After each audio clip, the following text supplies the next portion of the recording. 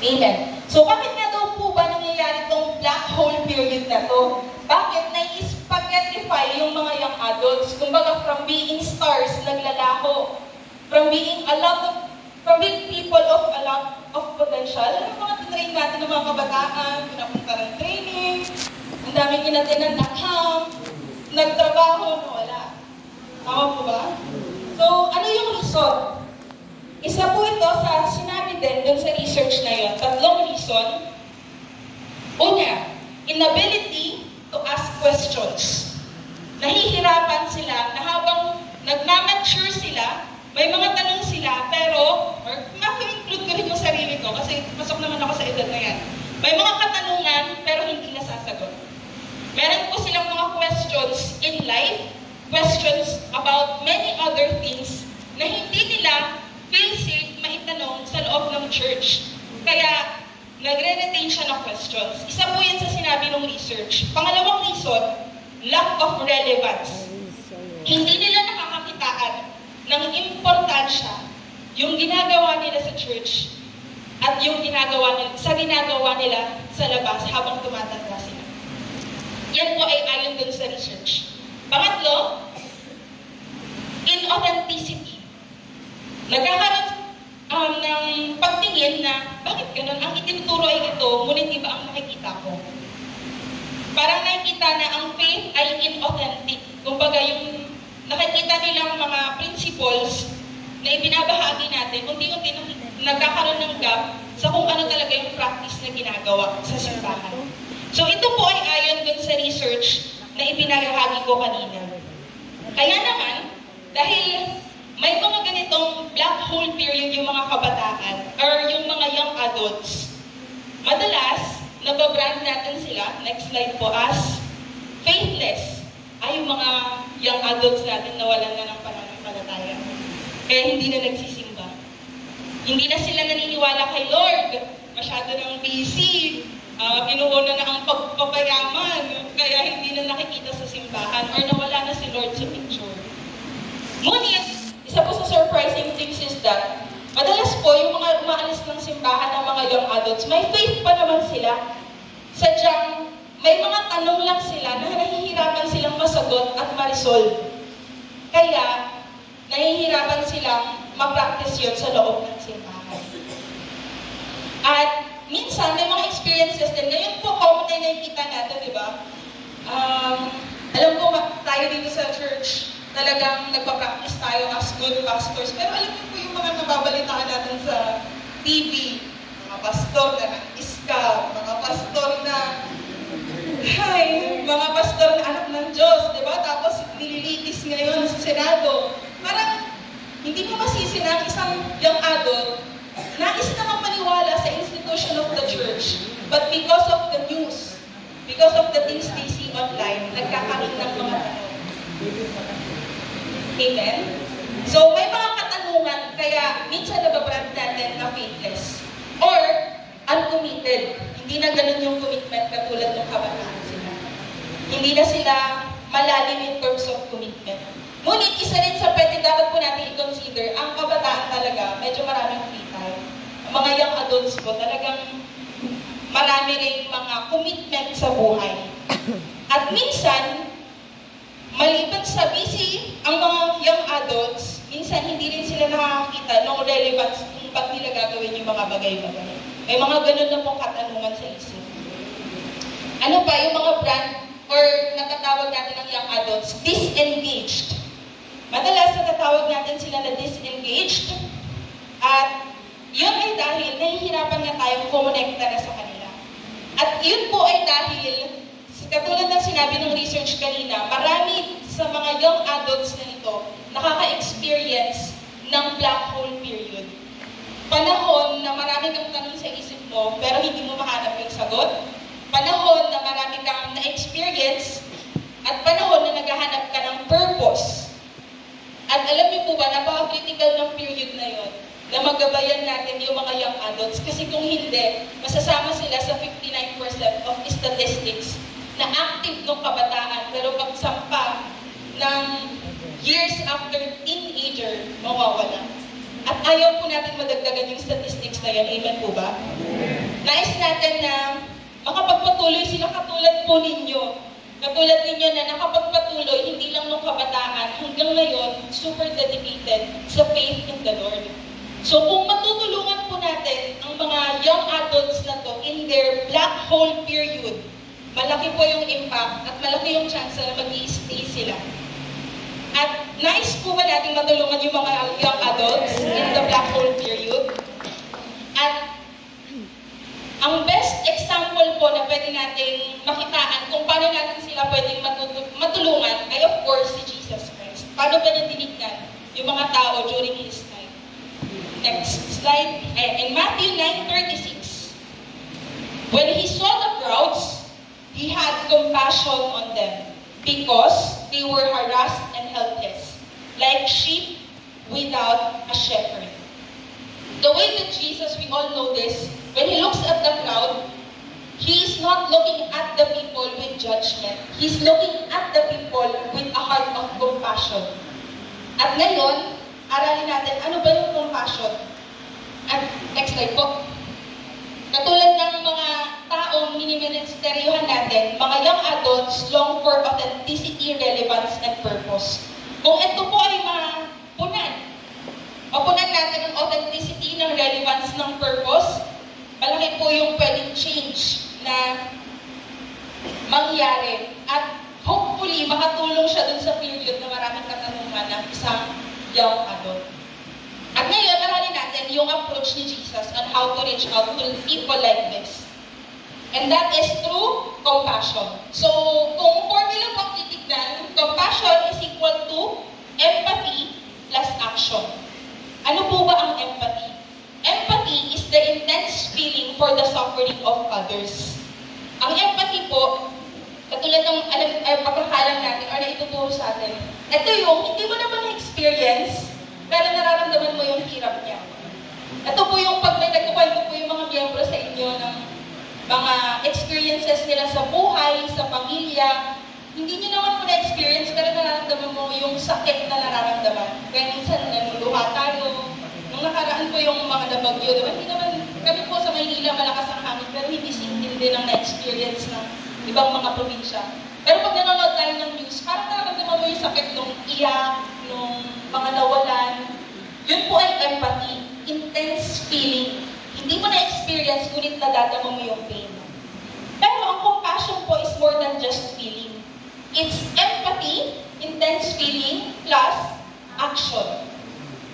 So, may gagawin ka, doing something to alleviate the suffering. At ito po yung formula ni Jesus to reach out to the lost, to reach out to people who are experiencing hardship.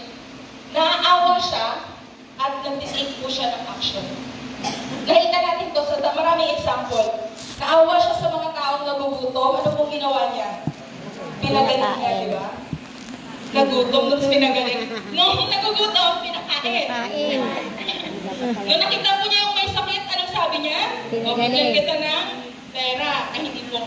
Pinagaling niya, tama po ba? Pinagaling ni Jesus. Kumbaga, may need. Tapos, tinutulungan niya para ma-alleviate yung pain. May sakit, pinagaling. Nagugutom, pinakain.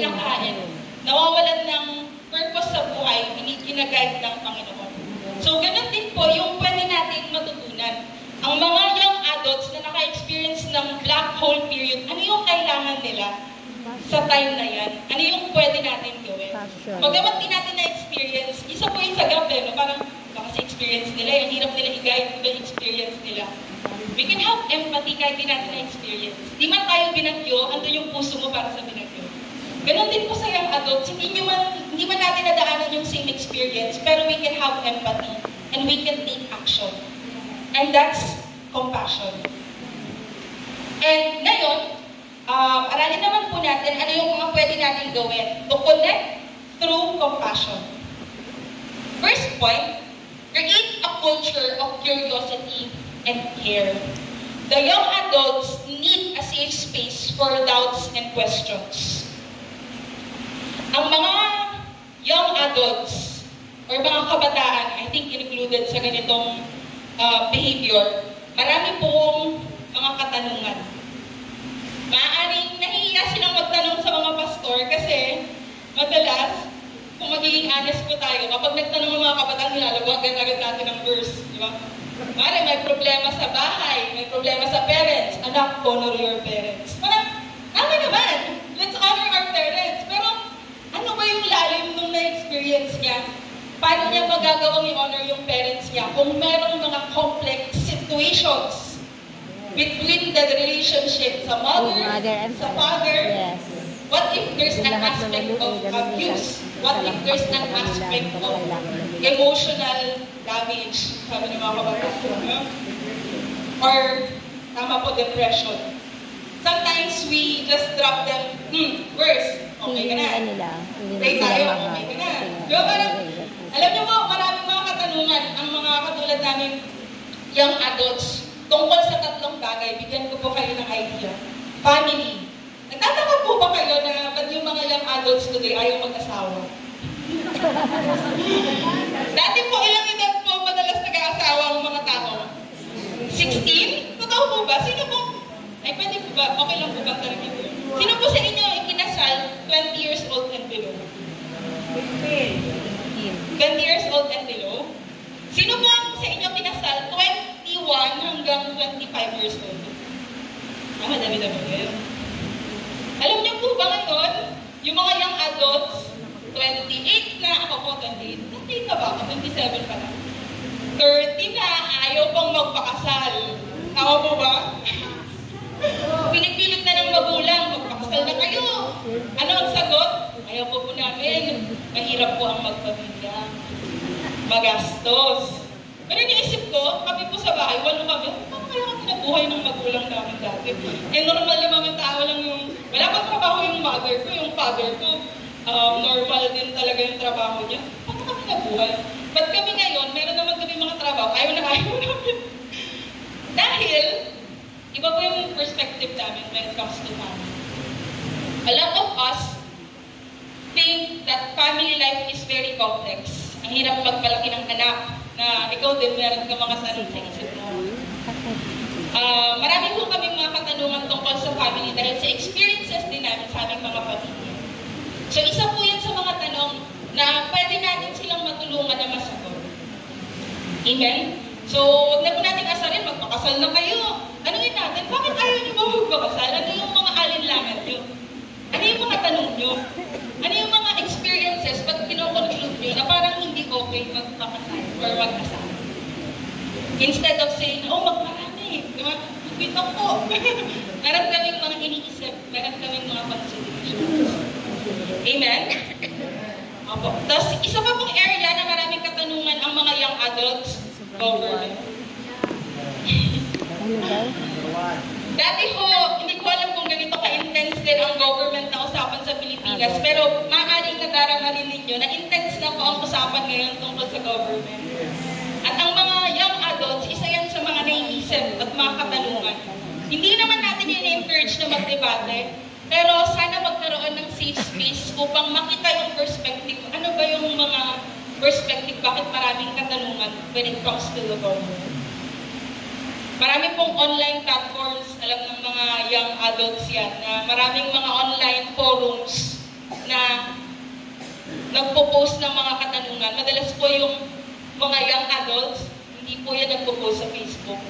Nagpo-post po yan sa ibang mga website na mga tanong nila. Kasi alam namin, kapag kami nag-post sa Facebook, mapobombard kami ng judgment from the older generation. Sabihin na, oh, sapit to the government. Hindi naman po namin pinag-question yun. Ngunit, may mga katanungan kami patungkol sa accountability, patungkol sa government.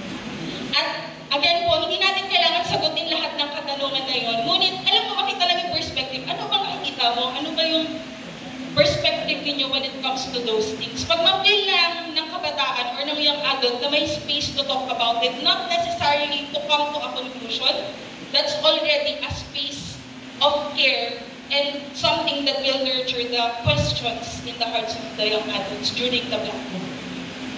Amen? So yung dalawang sample ko yun, family, government, and even church, katulad ng nabahagi ko kanina. Since marami ng news, marami ng mga bagay-bagay na nakikita online, Madalas yan din ang katanungan tungkol sa simbahan. Kapag nabigyan natin sila ng environment na safe makapagtanong, again, not necessarily to come to a conclusion, but just to see their perspective, malaking maitutulong dun sa isang young adult na nahihirapan sa mga questions niya during the black hole period. So, similarly, si Jesus, when he looked at the crowd, he had compassion on them and he healed the sick. That's in Matthew 14, verse 14. Jesus saw them in their status. Kung ano talaga yung pinagdadaanan nila at that time. Ano ba yung sickness nila? Similarly, sa atin po, ano ba yung mga tanong nila? Ano ba yung mga bagay na na-experience nila? And from there, pag matuto tayo na mapakinggan sila, malaking bagay po yun na ma-meet yung need nila at that very time. So let's encourage open dialogue where they can explore their questions in the faith, feel understood, at ma-express natin yung empathy while at the same time action through listening at ma-feel nila yung compassion natin towards them. So that's the first point. Create a culture of curiosity and care. Second point on how we can help them during their black hole period. Connect faith to modern realities. Connect faith to modern realities. Nakita po natin kanina, sabi, umaalis ng church kasi hindi nila nakikita na relevant yung ginagawa sa church sa mga routines na ginagawa na nila sa buhay. Kapag young adult na po kasi, ang madalas talaga, ang pinagkakabisihan niya, trabaho, love life, love life, no? Ano pa po ba? Trabaho, love life, yung iba naman, yung mga responsibilities outside of their work path. So, when we minister to a young adult, napaka-importante po na matouch din natin, maliban sa mga bagay na gagawin nila within the church, maturuan natin sila when it comes to their ministry, matuto mag-share ng verse ng through Bible studies, paano ka pwedeng maging worship leader, paano ka maaaring maging, kung may mga nang tayo tinitrain for pastor, paano ka magpapastor ng iba, alam ko pa tinuturo natin yan. Pero isang aspect din na hinahanap ng mga young adults in the time, during this time, is paano sila maging Christian sa kanilang workplaces. Paano sila maging Christian sa kanilang mga family, immediate family. Kumbaga mga bagay na on a day-to-day basis na i-encounter nila. So the more that we help them to bridge spirituality and modern realities, the more that we can help them. Amen? So, same with Jesus in Matthew 8:2. Sabi niya, I have compassion for these people. They have already been with me 3 days and they have nothing to eat. So si Jesus, alam niya, napapakain niya yung mga tao ng spiritual needs. Natuturuan niya, nag-guide niya. But He is also aware of the physical needs. Ano yung mga realities beyond the spiritual na kailangan at pwede natin ma-meet through actions. At ganun po yung ginawa ni Jesus. And similar sa atin, when we look at someone, ano yung mga needs niya when it comes to day-to-day life. At bigyan ko rin po kayo ng mga ideas about this one. Ang mga young adults, trabaho, family commitment.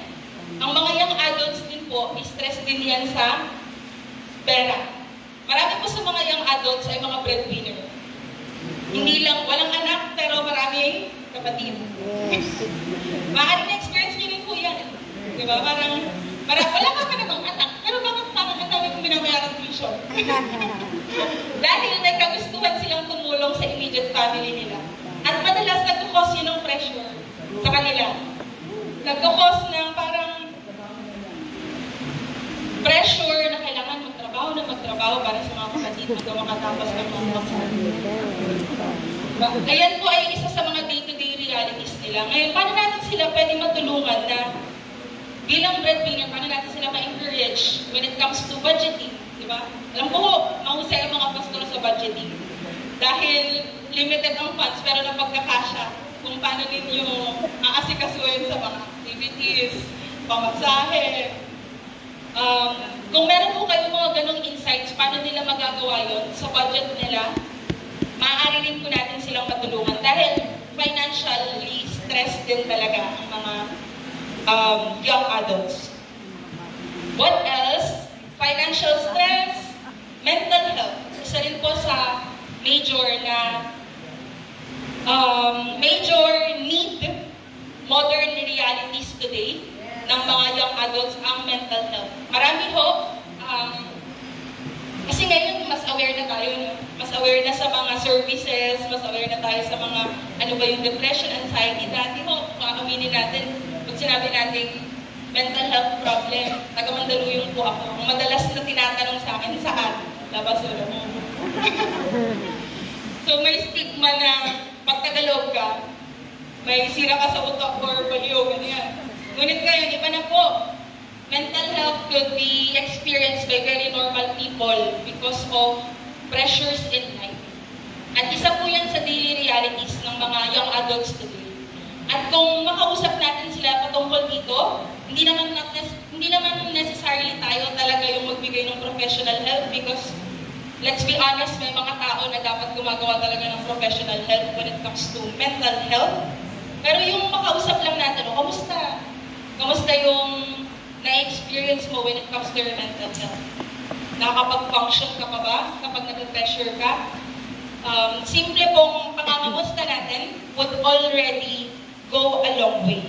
At kung matulungan natin sila makonect ang spiritual life in their daily realities, sa trabaho, sa mental health, sa financial, malaking bagay po yun na makakatulong sa kanila during a time na sila po ay maraming katanungan din. Amen? So, I know we are very good in terms of preaching the word. But my rally on this one is, sa practicality, pwede rin natin sila matulungan. Kasi isa rin yun sa realities ng buhay ng isang young Christian or young adult. So that's the second one. And third one, champion a purpose-driven faith. Sabi po natin kanina na ang mga young adults tend to be disengaged. And the reason for that is the young adults would want or wants to find purpose in what they do. Ang mga tao, I think hindi lang naman young adults. Generally, ang tao naghanap talaga ng purpose sa kanyang ginagawa. Amen po ba? Pero particularly sa mga young adults, ang mga tanong is, paano ako mag-make ng difference today kahit hindi ako pastor? Hindi naman po kasi lahat magiging pastor. Marami ho sa mga young adults mag-continue na maging trabahador, maging professionals, and that's fine. Hindi sila maaaring tawagin in full-time pastoral. Pero, paano sila magkakaroon ng purpose as they continue kung ano man yung path na pinili nila? So, madalas sa mga katanungan or mga bagay na kailangan ng guidance ng mga young adults ay ang purpose ng kanilang buhay. Alam ko po, minsan naka-intimidate turuan ang someone na matalino, di ba? Parang iniisip natin, ay, mas matalino, siguro alam na nila. Hindi ko. Even someone na may diploma, degree, maaaring maligaw pa rin sa purpose niya pag hindi na-guide ng tama. At kapag walang someone na, alam mo yun, alam din ang will ng Panginoon para sa buhay nila. So, kung paano ko ba sabihin? Huwag lang po tayo siguro, katulad ng sinasabi ni Pastor Ilay kanina, siguro alam na nila kasi maalam naman sila sa maraming mga bagay. Huwag po natin i-assume na gano'n. I-assume natin na baka kailangan nila ng guidance paano nila ma-apply yung faith nila in their lives. Ako personally, kailangan ko rin talaga. Kaya nagpapasalamat ako sa pastor namin na talagang laging nangungulit, laging nagre-reach out. Kasi alam ko na kahit ako, marami akong mga bagay na hindi ko makapag-connect when it comes to applying the purpose in my life. Kahit pa, maalam na kahit may mga experiences ako sa pagtuturo ng Bible, marami pa rin akong hindi alam. Lalo na po yung mga kabataan or yung mga young adults na in their faith. Maaaring mukhang alam nila, pero kailangan po nila ng guidance. Amen? At ma-appreciate nila kung tayo ay mag-reach out to them, to help them and guide them, and let them ask us questions when it comes to their purpose. And the same thing that Jesus did, when He looked at the people, He saw them, but at the same time, He saw that they were harassed and helpless, like a sheep without a shepherd. So, maaari po natin matulungan ang mga young adults natin to seek authentic act, or seek to start acting on their purpose. Para sila makapag-share sa workplaces. Alam niyo po, isa po yung sa nahirapan din ako. Paano ako makapag-share sa mga kapwa ko sa office? Paano ako makapag-share sa mga people na marami rin katanungan? Kaya ako po nasabi kanina na maraming tanong ang young adults kasi marami akong kaibigan na marami rin tanong. Sometimes ako mismo nahirapan ako sagutin yung mga malalalim nilang mga tanong. And kung mapag-uusapan, madidiscussing sa church, I'd be better equipped to talk to these people na maraming katanungan sa buhay. And maybe that's one of the purpose na ibigay sa akin. Yung mga kaibigan ko, may mga tanong, hopefully isa ako sa makatulong, ma-address yung mga tanong. So, let's champion a purpose-driven faith. Tulungan po natin ang mga young adults to apply their faith in the life purpose na ibinigay sa kanila ng Panginoon. At isa rin po sa natutunan ko sa pagbabasa-basa, sabi rin po ng isang research na related kanina sa shinare ko, ang mga young Christians daw, wait lang, siguraduhin ko lang tama yung pagkaka-describe ko. Ang mga young Christians, they are very particular when it comes to social justice. Kaya pansin niyo po, maraming mga kabataan na nag-i-start na mga fundraising para sa mga less fortunate. Maraming mga kabataan ang nag-release ng funds for nag-i-start ng mga activities, funding for a certain social cause. Napaka-normal po yan today.